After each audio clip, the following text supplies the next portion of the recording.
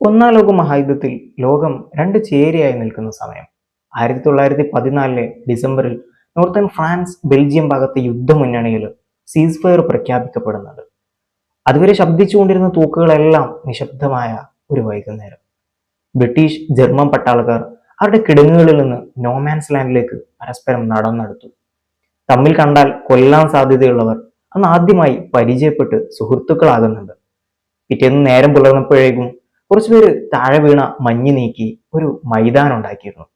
റൈഫിളുകളും ഹെൽമറ്റുകളും കൊണ്ട് അവരതിന് അതിർത്തിയും നിർണയിച്ചു.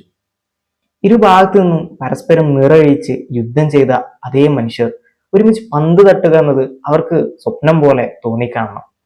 പിന്നീട് അവിടെ താൽക്കാലികമായി ജർമ്മൻകാരനോ ബ്രിട്ടീഷുകാരനോ ഇല്ലായിരുന്നു, മനുഷ്യർ മാത്രം.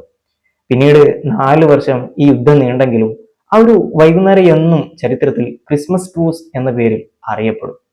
ക്രിസ്മസിന് വേണ്ടിയാണ് അന്ന് യുദ്ധം നിർത്തിവെച്ചതെങ്കിലും അതവർ ആഘോഷിക്കാൻ തിരഞ്ഞെടുത്ത വിനോദത്തിന് ഒരു പ്രത്യേകതയുണ്ടായിരുന്നു.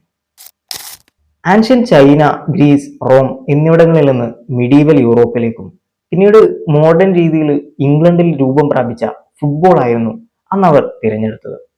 പല സംഘടനകൾ നിർത്താൻ കാരണമായതും പലയിടത്തും അടിച്ചമർത്തപ്പെട്ടവരുടെയും സമൂഹത്തിലെ ഡിപ്രസ്ഡ് ക്ലാസിന്റെയും പൊളിറ്റിക്കൽ വെപ്പണായും എല്ലാം ലോകം നിറഞ്ഞു നിൽക്കുന്ന സർവരുടെയും കായിക വിനോദം.